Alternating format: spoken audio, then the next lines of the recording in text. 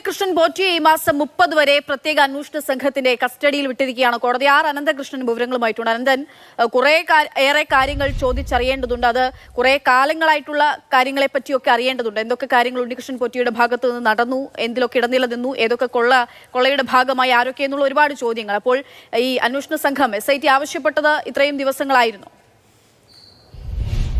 അക്ഷയ, സമീപകാലത്തൊന്നും ഇത്രയും ദൈർഘ്യമുള്ള കസ്റ്റഡി കാലാവധി കോടതികൾ നിശ്ചയിക്കപ്പെട്ടിട്ടുണ്ടാവില്ല. ഉണ്ണികൃഷ്ണൻ പോറ്റിയെ ശബരിമല സ്വർണ്ണക്കൊള്ള കേസിലാണ് 14 ദിവസം കസ്റ്റഡിയിൽ വിട്ടിരിക്കുന്നത്.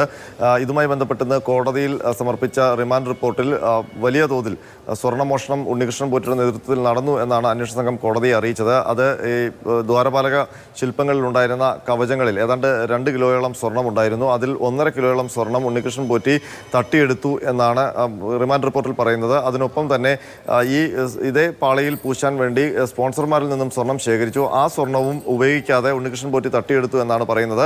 അതിനൊപ്പം തന്നെ ഈ സ്വർണം കവർച്ചയ്ക്ക് ദേവസ്വം ബോർഡിലെ ഉദ്യോഗസ്ഥർ പൂർണ്ണമായ പിന്തുണ നൽകി. മാത്രമല്ല, ഈ കവചത്തിൽ സ്വർണമുണ്ട് എന്ന് വ്യക്തമായി അറിയാവുന്ന ഉദ്യോഗസ്ഥർ അത് ചെമ്പ് എന്ന് രേഖകളിൽ വരുത്തി ഉണ്ണികൃഷ്ണൻ പോറ്റിയെ സഹായിക്കുകയാണ് ചെയ്തത്. അതിൻ്റെ ലാഭം അവർക്കുണ്ടായി എന്നും റിമാൻഡ് റിപ്പോർട്ടിലുണ്ട്. 2004 മുതൽ 2008 വരെ സന്നിധാനത്ത് ഈ സഹായിയായി ഉണ്ടായിരുന്ന ഉണ്ണികൃഷ്ണൻ പോറ്റിക്ക് ശബരിമല സന്നിധാനത്തെ എല്ലാ കാര്യങ്ങളും അറിയാമായിരുന്നു. ആ ശ്രീകോവിലിൻ്റെ എവിടെയൊക്കെ സ്വർണം പൊതിഞ്ഞിട്ടുണ്ട് എന്നും വ്യക്തമായി അറിയാമായിരുന്നു. അതുകൊണ്ട് തന്നെ ഉദ്യോഗസ്ഥരുമായി ചേർന്ന് വലിയൊരു ഗൂഢാലോചന ഈ സ്വർണം തട്ടിയെടുക്കാൻ വേണ്ടി നടത്തിയെന്നാണ് അന്വേഷണ സംഘം ഇതുവരെ കണ്ടെത്തിയിരിക്കുന്നത്. ഇനിയിപ്പോൾ ഉണ്ണികൃഷ്ണൻ പോറ്റി ഇപ്പോൾ തിരുവനന്തപുരം ഈഞ്ചക്കലിലെ ക്രൈംബ്രാഞ്ച് ഓഫീസിൽ എത്തിച്ചിട്ടുണ്ട്.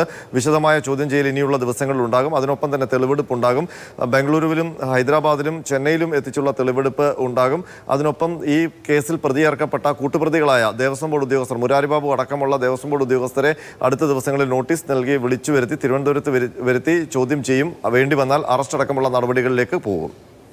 ശരി.